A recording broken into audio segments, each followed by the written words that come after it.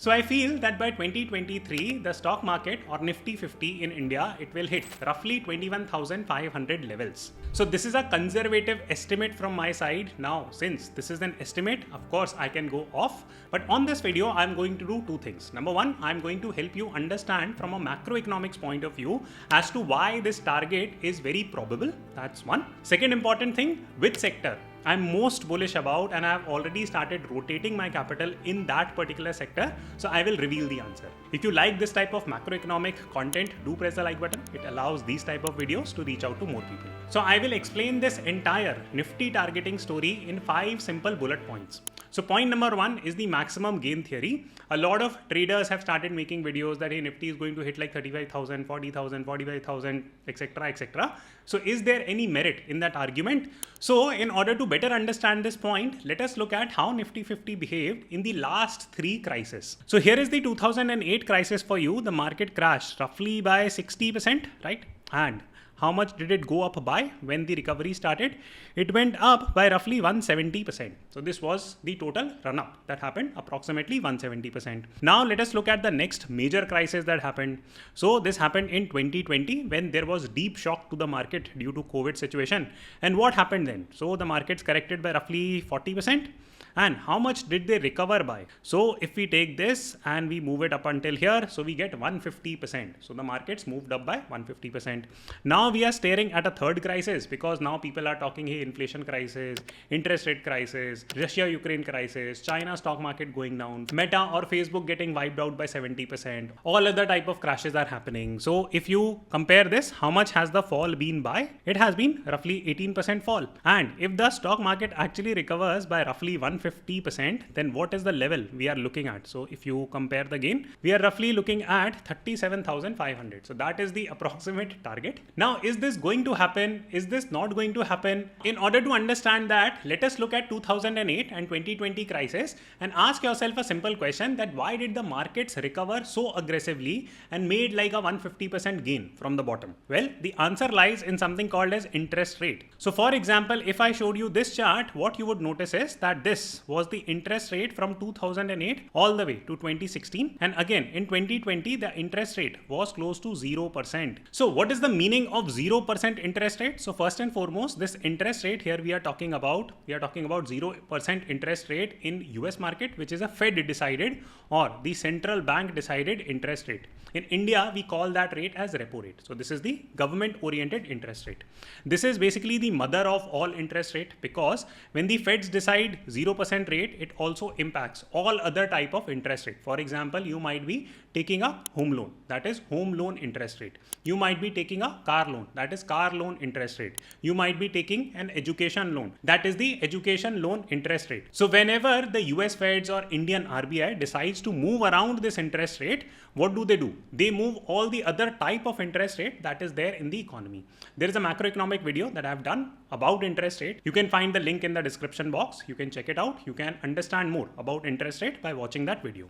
So coming back to what is the implication of having 0% interest rate? Well, it simply means that the government gets to borrow money at what rate? If the interest rates are 0%, then the government gets to borrow money at 0%. Now, if the government is borrowing money at 0%, what can they do?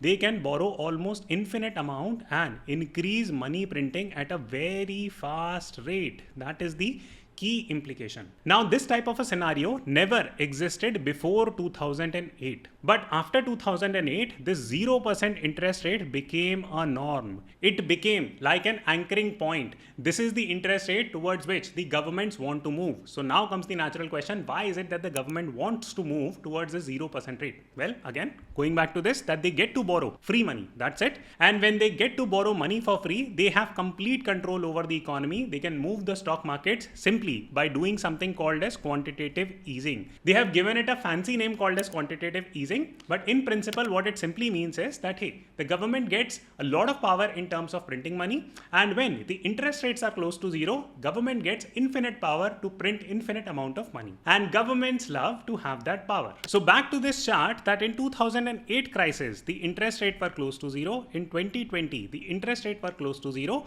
so government could print infinite amount of money to take take the stock market back up by another 150%, and they kept on doing that over and over again, and therefore the markets gave massive returns after 2008 and massive returns after 2020. But unfortunately, if you look at this chart now, and if you zoom in and see, the interest rates are not 0% in 2022, they are approximately 4%. So now comes the natural question that what is the meaning of 4% interest rate? It simply means that the government cannot do quantitative easing for free. There is a cost associated with it. And since the government cannot print infinite amount of money in the economy right now, and therefore it is unlikely that a gain of 150% will come from the year 2022 to 2023.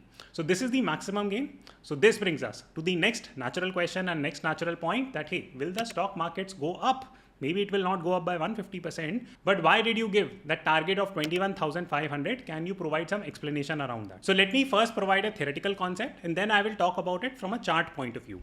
So there are two steps involved here. First, what happens in the economy is that the inflation peaks. The inflation will go up like this. The inflation will peak. During this entire phase, the interest rates will continue to rise.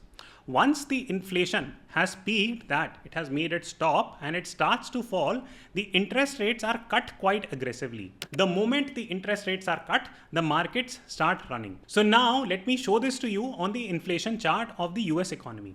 So what you will notice is that in this entire period, almost like November, all the way till here, inflation was rising. It went up all the way to 9% in the US. Then the inflation started to come down. So right now it is approximately 8% in the US. The peak was 9%.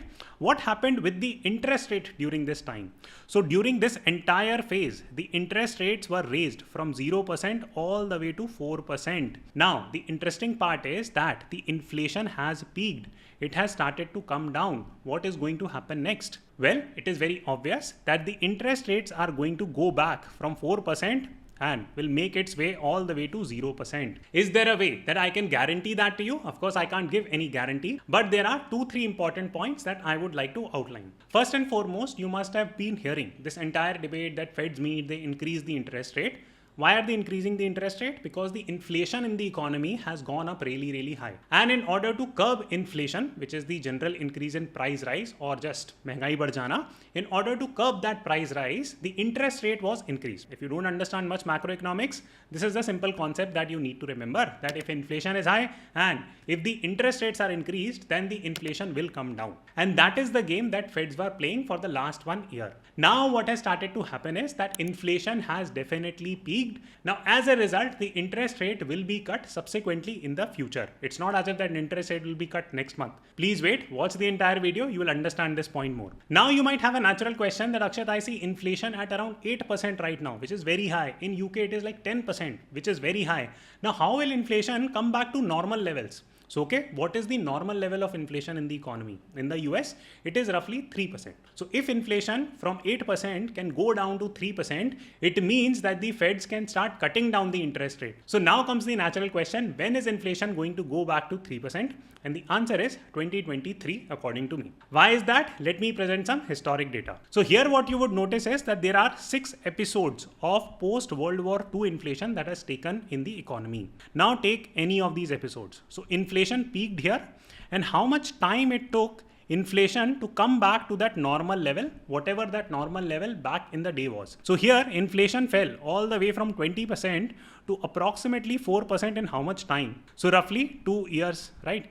Do the same exercise again. Inflation peaked here, and how much time did it take for the inflation to go from 15% all the way to 5%, which was considered normal back in the day? How much time did it take? Another 2 years. What about 2008, recent episodes of inflation? Okay, so here the inflation was roughly 5% and the normal level back in the day was roughly 3%. How much time did it take? Another maybe 1 year, right? Now again, here in 2022, inflation has peaked, as I've shown you, 9%. It has started to come down. How much time do you think it is going to take for inflation to come down from 8% all the way to 3%, which is the target rate of inflation in the US, it is not going to take more than 1.5 years. That is the time period we are looking at. Now, a research done by Morningstar also predicts something similar. Here is the snippet and you can take a look at it, and I will read this with you because this is very important. We expect Fed to pivot monetary policy in mid of 2023 as inflation falls back to its 2% target rate. There is a target range, not a specific point. So the target range is 2 to 3%. So therefore this 2% here. Once this range is achieved, what becomes the mandate for the government or Feds? It is to accelerate growth. So here you can see that they would want to accelerate growth. How will they do it? By bringing down interest rate from 4% all the way to its journey to 0%.